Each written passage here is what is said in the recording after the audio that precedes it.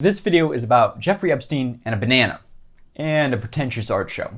But in order to understand how a banana and Jeffrey Epstein offer a perfect cultural criticism, we have to start all the way back with the pretentious art show in Miami. Every year in Miami, there's something called the Art Basel, which is your standard quasi-elitist art exhibition, but also a great place to take very pretentious Instagram photos, show off your yachts, your kind of standard Fire Festival crowd. But this time was a little different. The day before the Art Basel exposition opened for the public was the VIP preview. And on that day, part-time professional artist Maurizio Cattelan, part-time provocateur, picked up a plain yellow banana from the grocery store on his way to the convention center and duct taped it to a wall. Was it a joke?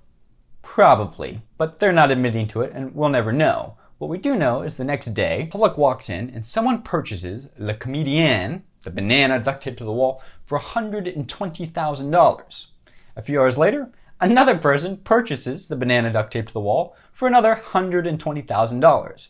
At this point, Perotin, who is the art gallery that controls this part of the space, representing Cattelan, texts Cattelan and says, "My boy, we're making beaucoup dollars. We just sold this banana twice for $120,000. We should definitely be charging more money. Let's charge $150,000 and sell it to a different gallery or maybe an art museum." So they form plans to sell the banana a third time for $150,000. But now we must meet another character, David Datuna. He is a performance artist and he happened to be at Art Basel. He saw the comedian, the banana duct taped to a wall, walked over to it, plucked it off, peeled the banana, and started to eat it right in front of all the other and started to eat it right in front of the public, even commenting to Cattelan, "Pretty good banana, very ripe, good pick." Art performance. Art performance. Hungry artist. Respect Maurizio, very good. But what happens next? Well, it goes without saying the Art Basel curators were none too pleased that their six-figure banana had just been pulled off the wall and eaten in front of the public. They quickly pulled David Datuna aside and said, "What are you doing?" And he said, "Well, I'm a performance artist and I just perform some art." But they quickly decided, we will replace the banana.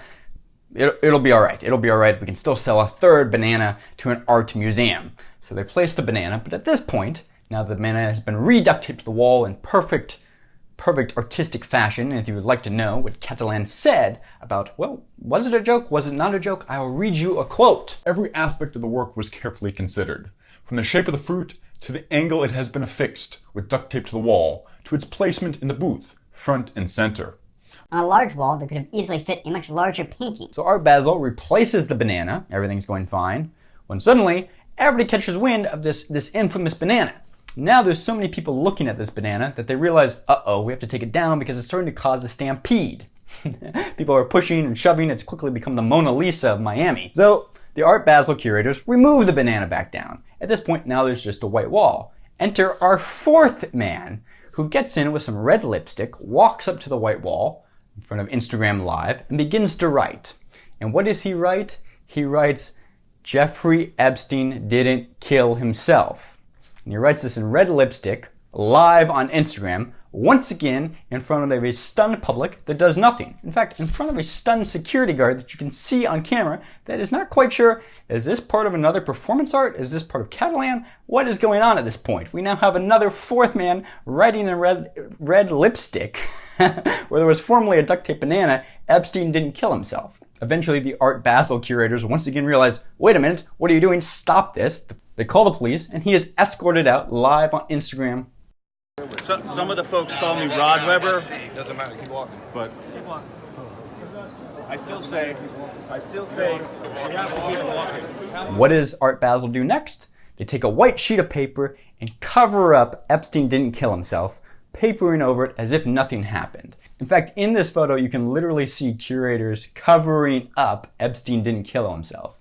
Never was there a more perfect personification of, quote, a cover-up of literally an elitist art gallery covering up a symbol written by some no-name private individual, all the while the public looks on without saying a word. Now maybe the public didn't want "Epstein didn't kill himself" covered up. Did the Art Basel curators consult the public? No. Nor did the public do anything about it while it was being covered up. nor did the public do anything about it when it was being written. And I think perhaps this offers the best deep Rorschach test into our kind of transcendental cultural soul. Maybe it's just me, maybe I'm just using a bunch of pretentious words myself. Here we have what we would all consider collectively elites at some fancy art exhibition in Miami, physically covering up something written by some private unknown man while the public looks on, not saying anything. Now, maybe the public wanted Epstein didn't kill himself left up. Maybe it was interesting. Maybe it was an artistic work. Heck, they were willing to look at a banana. Was the public consulted about the banana? No, they were just told it was noteworthy. It was artistic.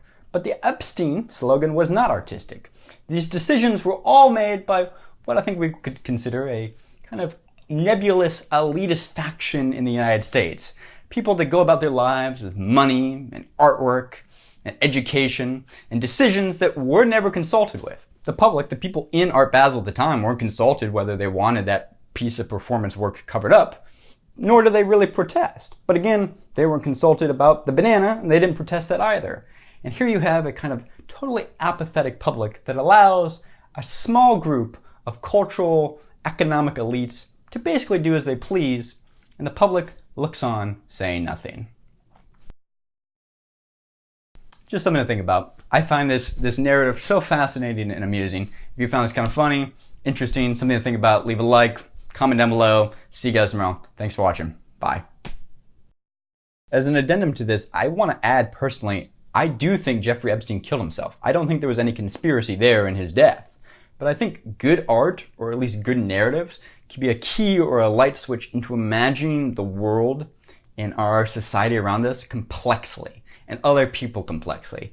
And the entire way this art and narrative played out, from the idea of a VIP preview, to a banana being duct taped to a wall, to being torn down and eaten, to then somebody writing in red lipstick, Epstein didn't kill himself, to the art curators physically covering it up with white paper, a perfect light switch into imagining the world around us complexly.